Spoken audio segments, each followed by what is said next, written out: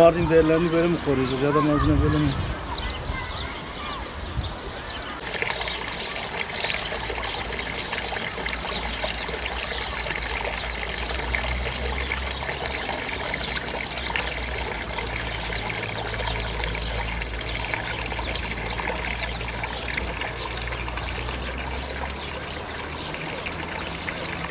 Mardin'in en prestijli caddesi olan Ravza'nın yanı başında, okullar bölgesinde, cami ve 15 katlı binaların ortasında kalmış bu alanda yıllardır kanalizasyon akıyor ve bu çevreye ciddi bir şekilde koku yayıyor, sinek bataklığı oluşuyor. İş yerlerimizde sinek savarla sinek peşinde koşuyoruz maalesef bu çağda.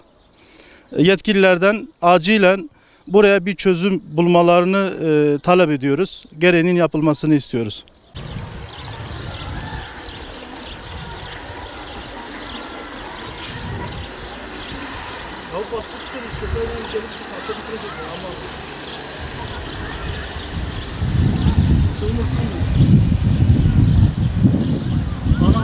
Çevrede yaşayan insanlar bu kokulardan ciddi anlamda rahatsız.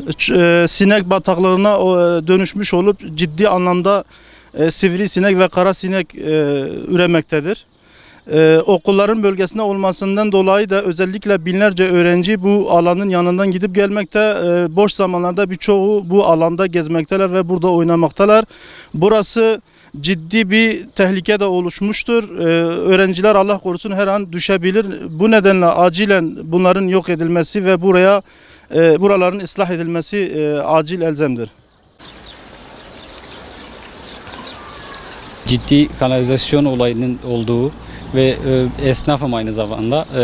Akşamları özellikle saat 7'de ve güneş çıktığı zamanlarda özellikle ciddi kokular oluşmakta ve mahallemiz adına hani bu ciddi kokulardan rahatsız olan mahallemiz adına bunun yetkililerden en acil tarafından düzeltilmesi gerektiğini inanıyorum. Marsu'ya ilettim, gelip baktılar. Burada bir borunun değişmesi gerektiğini söylediler. Onların elinde değilmiş. Öyle söylediler bana. Daha yetkili mercilere iletmemizi söylediler. Biz de bu sizin vesilenizle daha yetkili mercilerden yardım talep ediyoruz.